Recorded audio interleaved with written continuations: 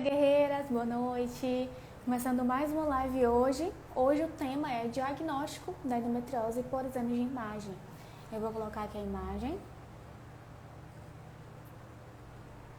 Que gosto de colocar, né? Como diagnosticar endometriose através de exames de imagem. Hoje a nossa convidada é a doutora Bárbara Caracas, né? Ela é médica radiologista, especialista em mama e saúde da mulher, com foco em endometriose e mestre em ciências de imagem pela USP, tá? Então ela vai explicar um pouquinho pra gente como é feita essa questão de diagnóstico. Vocês fizeram perguntas, né, lá na caixinha de perguntas. Vocês podem também fazer perguntas aqui embaixo, tá? Se der tempo, a gente pode tirar algumas dúvidas, mas eu vou pegar aquelas perguntas gerais que vocês fizeram lá na caixinha de perguntas, tá? Eu vou chamar aqui a Bárbara para ela entrar.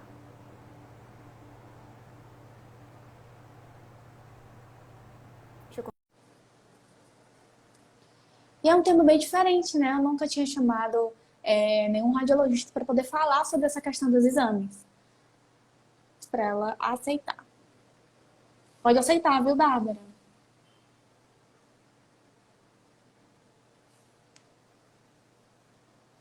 E alguns dos temas que a gente vai falar hoje são quais as formas de diagnóstico de endometriose, né, mais precisa, qual exame é 100% confiável, dá para diagnosticar com ultrassom transvaginal normal, qual o melhor método, ultrassom ou ressonância, como é feito o preparo e muitas outras perguntas.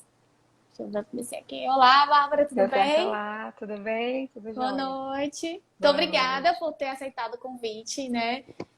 Como eu estava falando para elas aqui, a gente não tinha conversado ainda com ninguém da área da radiologia para falar sobre essa questão dos exames, né? E são dúvidas que Sim, elas têm bastante em relação a isso. Mas se com certeza. apresenta, fala um pouquinho de ti para elas te conhecerem. Bom, muito obrigada pelo convite, né? Fico feliz em poder participar. A radiologia é sempre muito escondidinha, né? A gente nunca aparece muito para conversar, mas fico muito feliz de poder ajudar. Bom, eu sou a Bárbara Caracas, eu sou médica radiologista. A Gisele me apresentou muito bem, né? Fiz residência na parte de radiologia e especialização na parte de saúde da mulher e mama, né? E meu enfoque principal, além da mama, é a endometriose, né? Eu faço muito mapeamento e também laudo a parte da ressonância, certo? Então, a gente vai passar um pouquinho aí, vamos botar as dúvidas de vocês para a gente ver se consegue ajudar da melhor forma, tá? Ótimo. Hoje eu ia falar um pouquinho agora sobre o que é endometriose para a gente começar, porque tem sempre gente nova, né, entrando, então tem gente que não sabe o que é realmente endometriose. Então, a endometriose, gente, ela é uma doença que no momento ainda não tem cura, tá? Mas ela tem tratamento, é totalmente possível tratamento. A endometriose, vamos imaginar aqui uma situação. Você, todos os meses, você tem aquela menstruação. A menstruação, ela desce, né, pelo seu canal vaginal. E aí, o que acontece? Alguma das teorias, porque a endometriose ela tem muitas teorias, alguma das teorias é do refluxo, né? A teoria do refluxo. O que é esse refluxo? O sangue, ao invés de descer pela cavidade vaginal, ele acaba saindo pelas trompas e acaba ficando ali na pelve, né? Na bexiga, no fundo de útero sacro, entre etc. Mas essa é somente uma das teorias, né? Porque não condiz com todas. Porque hoje acho que eu vi um estudo que teve que mais de 90% das mulheres têm menstruação retrógrada. Então, porque só 10% tem endometriose e as outras 80% não, né? Então, por isso que a endometriose ela é tipo assim, uma incógnita ainda, não se sabe como ela se origina. Mas essa é uma das coisas que mais falam hoje em dia. A outra também que eu acho bastante interessante, a teoria que eu acho interessante falar, que é a da metaplasia celômica, né? Que você pode ter nascido com endometriose. Lá no útero da sua mãe, quando você estava sendo formado, o seu feto, já foi desenvolvida a endometriose lá. E aí, quando você tem a sua primeira menstruação, ou até antes, né? Hoje em dia, com essa questão dos hormônios, né? Cada vez as meninas estando mais, como é que pode dizer, ficando mais adolescentes mais rápido, né? Acaba tendo essa questão da invasão hormonal antes. Então, quando tem essa questão, começa a menstruar e começa a sentir as dores do foco. Então, por isso, muitas mulheres já sentem dores desde a primeira menstruação da adolescência. Então, a endometriose hoje, ela não tem cura, mas ela tem tratamento. E o que a gente vai falar hoje é sobre como diagnosticar endometriose por exames de imagem, que é um tema muito importante. E a primeira pergunta que eu queria fazer para a doutora Bárbara é quais as formas de diagnóstico, né, mais precisa? Porque a gente se fala muito sobre a ressonância e sobre a ultrassom para ultrassom com preparo, né, que é o chamado mapeamento. Sim. Bom, a gente sempre vai conversar com endometriose, a gente fala que existem 3 formas da gente descobrir endometriose, né? Ou a gente descobre na dor, que é a paciente que tem muita dor e vai procurar o médico, se Deus quiser, encontrar alguém que desconfie logo para poder passar os exames específicos. Ou a gente descobre por conta de aleatoriedade, fez um exame por acaso, um transvaginal de rotina, e alguém conseguiu ver alguma coisa de endometriose. Ou então, quando a paciente já tem infertilidade, não consegue engravidar, e aí vai fazer aquela série de exames de pesquisa e a gente acaba descobrindo. Porém, os exames específicos, né, os melhores para diagnosticar endometriose, são exatamente o mapeamento de endometriose com preparo intestinal e a ressonância magnética específica, que pode ou não ser com preparo intestinal, isso vai a critério do próprio médico que faz o laudo, certo? E o que acontece é que, às vezes, nos exames de transvaginais normais de rotina, que todas as mulheres basicamente fazem, né, anualmente, a gente às vezes consegue ver alguns focos de endometriose. Então, assim, principalmente se forem endometriomas, que são os cistos da endometriose que tem no ovário, eles são mais simples de ver. Qualquer médico, mesmo que não seja especialista na área, consegue ver esse tipo de cisto. Então, esse diagnóstico a gente consegue fazer mais facilmente nos exames de rotina, quando eles são os cistos da endometriose. E, em alguns casos, dependendo da expertise do médico que está fazendo, ele pode conseguir ver uma lesão ou outra que seja mais sugestiva, né? E aí, sim, levantar uma bola para poder o especialista poder chamar atenção e fazer o exame específico. Mas os principais exames para diagnóstico mesmo, mapeamento de endometriose e ressonância magnética, certo? E qual, Bárbara, você acha que é mais 100% confiável? Por exemplo, Gisele, eu quero diagnosticar endometriose, qual é que eu faço primeiro? Ou eu tenho que fazer os dois, ou depende? Depende. Primeiro que, se a paciente for virgem, ela já não pode fazer mapeamento de endometriose. Ela vai ter que fazer uma ressonância. E aí eu falo isso porque tem meninas que são muito novas, que já têm dor desde cedo, como você disse, e que hoje em dia a gente sabe que não é normal ter dor. Então a gente precisa fazer um exame para ela de alguma forma. Vai esperar ela perder a virgindade, né, para poder ela fazer mapeamento. Então ela vai fazer a ressonância. A ressonância ela é muito boa. Os estudos equiparam os 2 métodos, que eles são tão bons quanto, se você fizer com bons profissionais, né? Quando eu digo bons profissionais, são profissionais que são especialistas nisso. Então, se você fizer um mapeamento de endometriose com um especialista em endometriose e uma ressonância com um especialista em ressonância da endometriose, você vai ter métodos com bons diagnósticos. Agora, se você vai... Depende muito. Vamos supor, se você está numa cidade que não tem quem faça mapeamento de endometriose bem, mas tem quem laude ressonância, é melhor você fazer ressonância, porque às vezes você faz um mapeamento e ele vai trazer muita informação para você. E às vezes o contrário, tem uma pessoa que faça um bom mapeamento, mas não sabe se a ressonância é muito boa. Faz um mapeamento de endometriose que ele acaba sendo melhor. Agora, mesmo assim, a depender de cada paciente, de cada achado da paciente, a gente tem que indicar um exame ou outro. Por exemplo, fora a virgindade, né? A questão da virgindade. Se a paciente tiver vaginismo, né? Que é justamente aquela dificuldade na relação sexual, que não consegue... Até no exame patonicolau normal, quando vai pôr o espéculo, tem muita dor, é muito, né, muito tensa, a gente às vezes não consegue fazer o mapeamento, que é um exame que, querendo ou não, a gente tem que fazer um bom tempo, fazendo o transvaginal, então, assim, vai ser ruim. Então, essa paciente também tem mais indicação de fazer uma ressonância magnética. Às vezes a paciente tem um mioma, nem tem a ver com endometriose, mas tem um mioma enorme, acontece às vezes.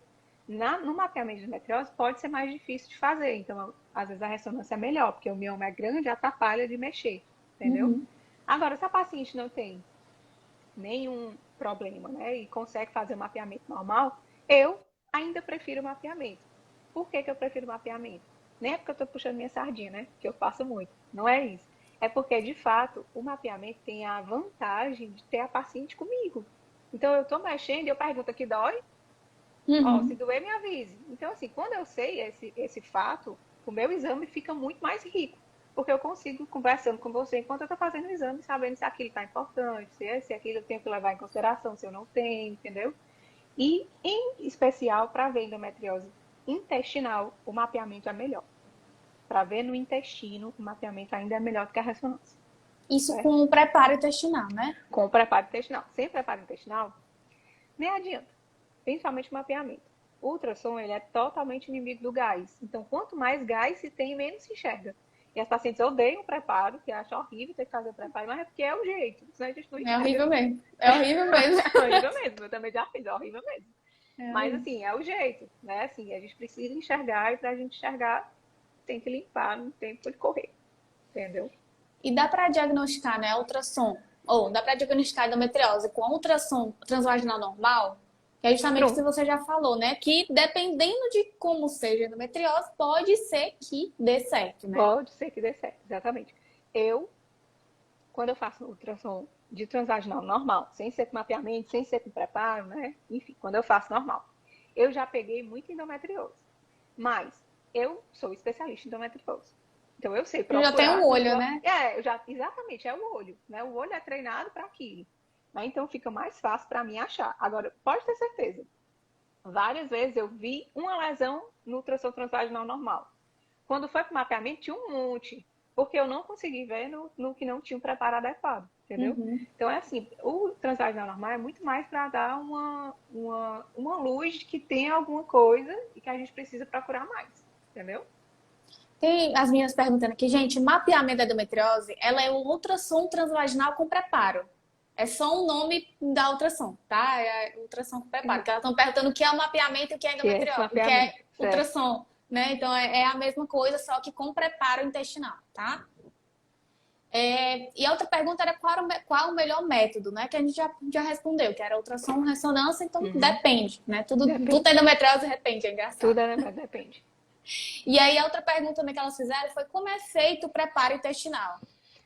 O tal do preparo, né? O preparo intestinal, ele é feito com laxativos. Existem vários laxantes no mercado, né? Cada lugar que você for fazer pode dar uma indicação específica. Eu, sem conflito de interesse, né? Uso muito o Movilax, né? Ou o Peglax, Foi que o é que eu um... usei também. Foi o que você usou, pronto. Ele Foi. é um pozinho que você põe no líquido, né? Geralmente você põe 500 ml de água de manhã, mais 500 ml de água à tarde. E você vai tomando aquele líquidozinho que tem tipo um sabor de limão durante o dia todo. No começo você acha bem bonzinho, depois você começa a ficar nauseado, que é ruim mesmo, né?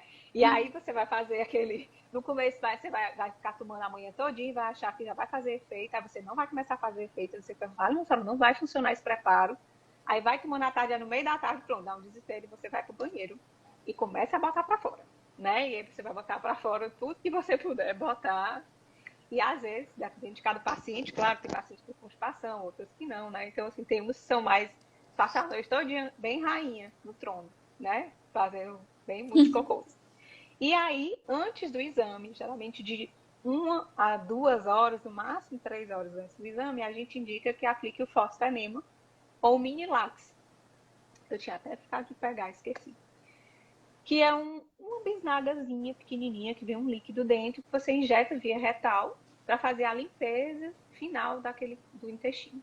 E normalmente a gente tem que ficar em jejum, pelo menos de 3, 4 horas, só para poder ficar mais limpinho lá embaixo. Porque normalmente quando a gente se alimenta, o bolo fecal, né, o cocô, ele desce lá para a ampola retal. E aí atrapalha, porque é justamente pertinho de todas as lesões, principais lesões de endometriose. Então, por isso que é importante tanto o preparo quanto fazer esse jejum, nem que seja mais curtinho, entendeu? Por isso que a maioria dos exames são feitos pela manhã, né? Porque você se prepara Isso, no dia anterior e é muito é importante bem você melhor. estar em casa, né? Porque pode É, acontecer de você, pode né? acontecer. Então, assim, Uhum. para você não ficar totalmente desconfortável. A outra coisa também é que eu fiquei, no meu caso, né? Eu fiquei com muito medo de aplicar o fosfoenema de manhã e ir pra No local. clínica, né? Então, assim, só que assim, depois a gente percebe, na hora a gente fica com medo de não, vai descer, mas não tem como descer mais, porque já desceu tudo, não tem como mais, É, gente. exatamente. Não É tem tipo isso. como. Também tem como. Você fica com a barriga Mas bem assim. sequinha. Tem paciente que diz que gosta de guardar para fazer antes de uma festa, para ficar no vestido, ficar magra, né? Mas não recomendo ficar fazendo direto, não. Pelo amor de Deus, não faça isso não. Mas é isso, prepara basicamente isso, é fazer cocô, né? Basicamente. E limpar tudo que der. E outra, tem muita gente que tem muito medo quando fala que tem essa via retal. Aí fica, meu Deus, vou fazer alguma coisa atrás. Não faz nada atrás. O exame é todo a barriga e nadadinho, não tem nada atrás. O importante é porque a gente precisa que limpe o intestino para conseguir enxergar as lesões, certo? A outra pergunta, que até eu também fiquei na época com dúvida, era sobre se pode fazer o exame menstruada. Pode, não tem nenhum problema. A única coisa que pode ser ruim para a paciente, né, especificamente a questão da menstruada, é porque tem paciente que sente cólica menstrual, a maioria. E aí o Uhum. exame, querendo ou não, você vai passar um tempo ali mexendo, então pode ser um pouco mais confortável, mas não é contraindicado. Pode fazer normal, não tem problema não. Quanto tempo mais ou menos dura o exame, Muitas Bárbara? pacientes já entram na sala e me perguntam isso. Eu disse, mulher, é É, difícil. Difícil, porque uma média, depende. assim. Depende se você tem. O meu acho que durou uns 40 minutos. É, mas em média é para ser 40 minutos mesmo, né? Agora sim, tem paciente que tem muita lesão. E aí eu já passei 1 hora fazendo exame, né? Então, assim, isso vai depender de cada paciente, do grau de doença, do grau de dificuldade que é o exame, né? Tem exame que é mais difícil, tem exame que é mais fácil, mas uma média, 40 minutos. É isso mesmo, por aí. Por aí. E qual é o profissional mais indicado para fazer os exames? O profissional mais indicado é o profissional que é especialista, né? Você precisa ver se ele é especialista.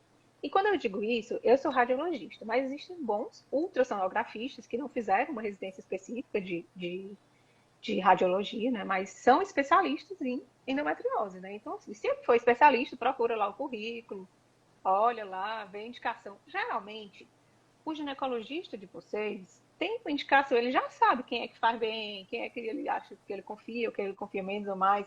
Então ele já dá umas indicações. Geralmente eles não indicam, né? Porque eles, porque eu acho a pessoa gente boa, não. Eles indicam porque a pessoa é boa e vai facilitar a vida deles. Inclusive, se for fazer uma cirurgia, né? Para eles é importante ser um exame muito bem feito, porque se for uma cirurgia por convênio, por exemplo, o convênio às vezes só libera se tiver escrito que tem. Então, se eu fizer um mapeamento com alguém que não tem, não sabe fazer direito, enfim, não é especialista na área, ele não vai ver uma lesão no intestino. Aí, quando chegar na hora da cirurgia, o cirurgião abre e diz: vai, meu Deus, tem uma lesão no intestino. Mas ele não tem o material para operar, nem tem a equipe para operar, né? Porque às vezes entra só o Já se prepara, ginecologista. tem que ter Exatamente. Então, a não outra tem como ele pessoa pra ligar de estar. última hora pro ei, coloprocto, vem agora aqui, porque apareceu agora uma lesão de intestino. Aí ele diz, sinto muito, querido, tô ocupado com outra coisa. Então, não tem como. Aí você vai fechar a paciente, mandar embora e dizer, ó, o seguinte, vai ter que repetir de novo a cirurgia com tanto tempo, porque não tinha uma lesão que ninguém viu. Então, por isso é importante fazer com quem é especialista. E a outra coisa aqui também que as meninas perguntaram era se tem que refazer os exames com quanto tempo. Eu acho que isso depende muito do ginecologista que está acompanhando, né? Que é ele que vai saber como é que tem que É, estar fazendo os com exames. certeza. Quem sabe é o ginecologista, porque isso vai depender do tipo de tratamento que ele está fazendo, né, do que ele está esperando de resposta. Mas, em média, eu pego as pacientes de 6 em 6 meses, algumas uma vez no ano, isso vai depender. Mas, em média, uma vez ao ano é a que eu mais pego. E deixa eu ver aqui qual a outra pergunta. Ah, e quando o exame ele não diagnostica endometriose, e mesmo assim a mulher tem todos os sintomas, isso acontece demais, demais mesmo. Muito, muito. E nem sempre é incompetência do médico, tá? Porque o que que acontece? Existem 3 tipos de endometriose. A gente tem endometriose profunda, que é a que a gente mais conhece, né? Que é aquela que dá para cirurgia algumas vezes, dependendo de onde seja. A endometriose ovariana, que é justamente a do endometrioma, né? Do cisto do ovário. E tem a endometriose peritoneal, ou a superficial. Esse tipo de endometriose peritoneal superficial, ela é muito pequena, muito pequena. E ela é como se fosse uma lesão plana, como se fosse um sinal na pele, né? A gente tem a pele, o sinal ele não tem um volume, né? Você só não consegue sentir ele, você só consegue ver, né? Só que o ultrassom ele não é assim que funciona. Ele precisa que um órgão, né, uma formação, ela seja 3D. Ele precisa ter um relevo para eu conseguir formar uma imagem. Então, se ela é tão pequena a ponto de não formar uma imagem, eu não consigo ver. Então, algumas vezes as pacientes vão com muitas queixas. Eu penso, meu Deus, vou achar um monte de coisa. Aí quando eu vejo não tem nada. É frustrante para a paciente e para mim, pode ter certeza. É super frustrante para o profissional, porque você sabe que a pessoa está procurando um diagnóstico e acaba que não tem. Mas o que eu tenho que dizer mesmo para vocês é o seguinte: diagnóstico de endometriose, quem dá é o ginecologista na consulta, não é o mapeamento, não é a ressonância. Porque se você tem cólica menstrual todo mês, que falta morrer e tem que tomar remédio forte, não melhora. Se você tem dor para evacuar, se você tem dor na relação, se você tem tudo isso, você tem endometriose. Então não é o mapeamento que vai fazer dizer que você tem ou que você não tem. O mapeamento vai fazer o quê? Ele vai facilitar a vida do seu médico para saber qual é o melhor tratamento para você. Se você tem um mapeamento com muita coisa, às vezes você precisa de uma cirurgia, né? Uma cirurgia X. Tem com outro, você faz cirurgia Y. Se não tem bem pouquinho, você vai fazer medicação. Então, isso para isso que os exames de imagem, eles precisam. O diagnóstico, ele é clínico, ele não é de imagem. A imagem, por vezes, vai ajudar, né? Mas, de toda forma, o diagnóstico acaba sendo mais clínico. Mas, claro, se você não sente nada e a gente vê as lesões todas específicas de endometriose nos exames, você também tem endometriose. Né? Então, assim, tudo vai ser pecado, vai ter que ser posto na balança, né? E avaliado pelo seu especialista. Então, acontece sim. Lógico, tem vezes que acontece de você ter a doença, fazer o exame dar normal e a pessoa não foi porque a pessoa não viu? Pode ser, acontece. Mas também tem esse outro porém que a gente pode não ver porque é tão pequena, tipo essa lesão, que é a endometriose superficial. E até entra numa questão também, que a gente falou superficial, né? Endometriose superficial, ovariana e profunda. Muitas mulheres associam que a profunda é a pessoa que tem mais dor. Mas, na verdade, não é isso. É onde está localizado os focos de endometriose. Por exemplo, eu posso ter endometriose superficial e ela está localizada em lugares que vão me ter muita dor. Como tem mulheres que têm endometriose profunda e não sentem nenhuma dor. Então, isso é muito variável. A endometriose, infelizmente, ainda é muito uma incógnita muito grande, né? Então, a gente está, tipo assim, tentando adquirir conhecimento, tentando evoluir na questão da medicina, na questão dos exames de imagem, por exemplo, também. Mas, justamente como você falou, o exame de imagem para endometriose, por mais que você tenha feito e não tenha dado nada, você deve ir, né, no especialista, continuar, fazer algum tratamento específico. Porque se não for endometriose, alguma outra coisa porque não é possível. Dor não é normal. Então, assim, realmente você investigar realmente e ver qual a melhor forma, né, para você fazer o tratamento. Mas você vê, ó, o meu caso específico. Quando eu era bem novinha, eu morria de dor. Morria de dor, que desmaiava, que ia para o hospital. E aí, ninguém sabia o que era. Aí eu fui para um ginecologista, que era minha tia, inclusive. E ela falou, Bárbara, eu acho que é endometriose. Aí eu estava na faculdade, né? Eu comecei a estudar, eu disse, eu acho que é endometriose também. Fiz exame, não deu nada. Aí ela disse, olha, eu acho que é endometriose. Vamos tratar. Então ela tratou, eu fiz o bloqueio menstrual, né? Passei milhões de anos. Aí agora, por de véia, né? Eu fui fazer exame, que eu tirei, parei de tomar, enfim, tirei o DIU, fui ver como é que tava, né? Quando eu fiz o mapeamento, deu um comecinho de endometriose. Então, assim, talvez se eu não tivesse tratado e bloqueado por tanto tempo, eu tivesse uma doença muito mais evoluída hoje em dia. Né? Então, assim, o médico, o ginecologista, ele tem que ter esse feeling mesmo de ver, olha, isso aqui não é normal, ninguém desmaia de dor e não é nada. Né? Assim, se você faz todos os exames e não tem nada, tem que ter alguma coisa. Né? Não existe ser normal. Né? Não existe ser normal. Então, isso que é importante. Então, o que é engraçado também é que eu queria falar contigo era sobre o meu exame, né? Porque o meu foi o contrário. O meu deu que eu tinha endometriose ovariana. E aí eu passei 9 anos tratando endometriose. Tomei Zoladex, tomei anticoncepcional por 8 anos seguidos. E aí, quando eu fui fazer a cirurgia, eu fiz o mapeamento da endometriose com uma pessoa realmente especialista, que é aqui em Fortaleza. E aí deu que eu tinha pequenas aderências e um endometrioma. E aí fui fazer a cirurgia, né? Já com esse mapeamento, levei pro doutor Leonardo, fazer a cirurgia. E aí na cirurgia eu descobri que eu não tinha endometriose, que eu tinha um tumor chamado teratoma, né? Que ele é 99% das vezes benigno, né? E aí, no caso, o teratoma, ele já nasce com você, né? Você já nasceu com ele e ele vai se desenvolvendo ao longo do tempo. Como a endometriose, entre aspas, né? Que acaba se desenvolvendo também. Né? Então, assim, o que aconteceu nesse meu exame? Até conversei com a Bárbara antes, que ele parecia muito com endometrioma. O teratoma, para quem não sabe, é um tumor que ele tem. É muito louco. Eu pensava que era até uma questão de gravidez e você abortou, mas não é. Ele tem ossos, né, dentes, forma tudo dentro de um tumorzinho. E aí, isso dá para ver nos exames. Bem feio. Depois, se você quiser olhar, você pesquisa no Google. Mas só se você tiver como é estômago. Isso. Aí você ele cria ossos, dentes e tudo mais, e dá pra ver, né, na ultrassom. Só que o meu, ele não tinha isso. Ele não tinha desenvolvimento de osso, ele só tinha pequenos fios de cabelo. Então, acabou que foi confundido esse tempo todinho que eu tinha um endometrioma.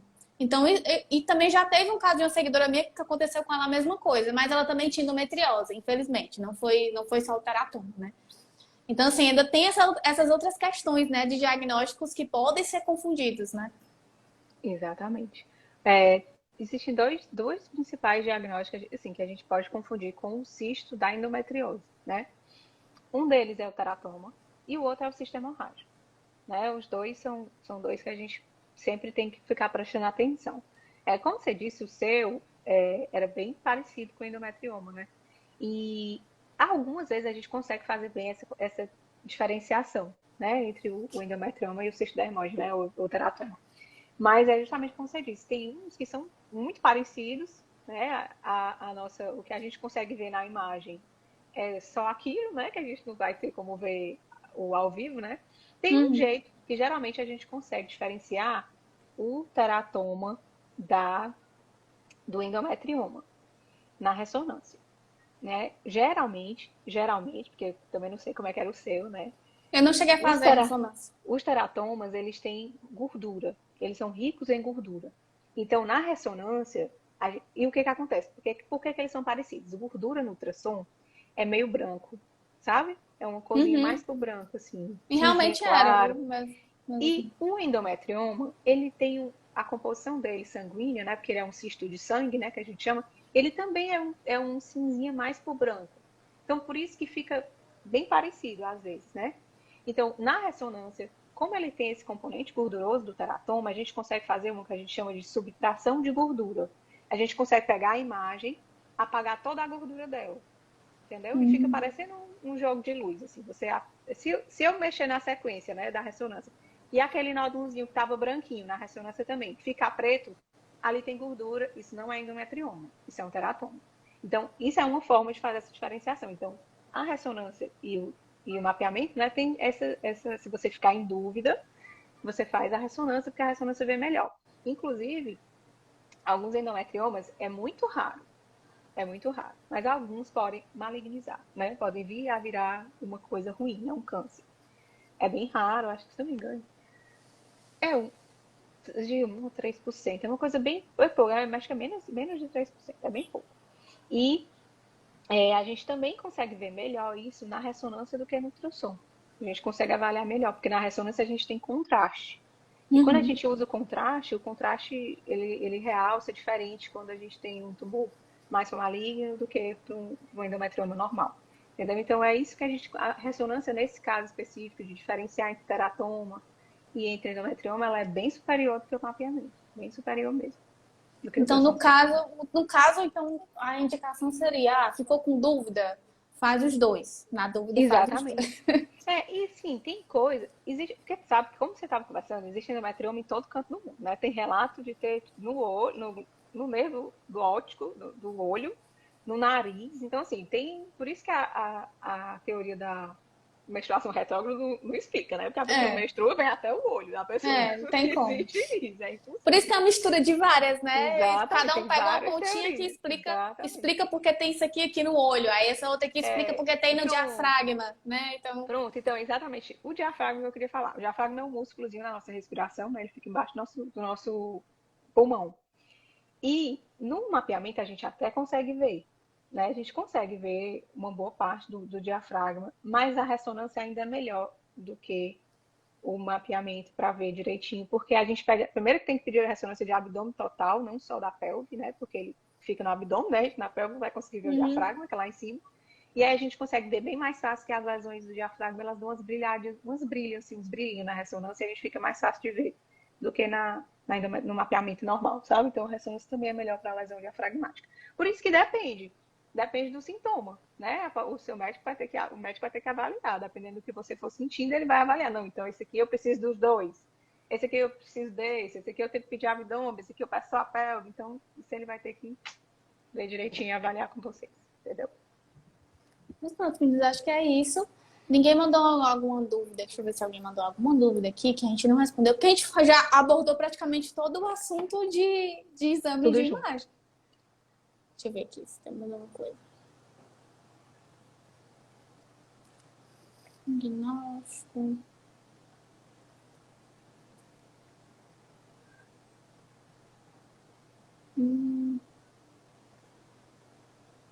Tem algumas perguntas que não são sobre os exames de diagnóstico. Então, Uhum.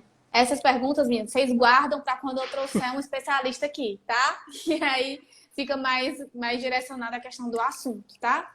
É Então, doutora melhor. Bárbara, muito obrigada mesmo. De nada. Se você tiver mais alguma consideração a fazer, Gente, eu acho que eu já falei tanto. Não tô lembrando agora. Quando a gente faz outra e conversa de novo, mas eu acho que falamos bem, acho que deu para conversar legal. Né? Acho que deu eu vou bom. deixar a live salva, tá? Para quem não perdeu alguma parte. E recomendo muito assistir se você chegou agora, porque foi um conteúdo muito riquíssimo. E aqui me tirou várias dúvidas realmente sobre os exames, tá? Então, muito obrigada, Bárbara, pelo seu tempo, pela De sua nada. disponibilidade. E Foi um também, prazer. as meninas também gostam muito quando eu trago, né, especialistas aqui, pessoas que falam sobre o tema, porque muitas vezes elas têm alguma cidade que não tem acesso, né, a tanta informação, ou não tem profissionais específicos, então aqui elas conseguem aprender e cobrar, né, Uhum. desses profissionais para ter realmente um diagnóstico mais preciso. Muito obrigada, meninas. Tenham uma boa noite. Obrigada, Obrigada, Bárbara, gente. novamente. Tchau, tchau. Tchau, Foi um tchau. prazer. Tchau.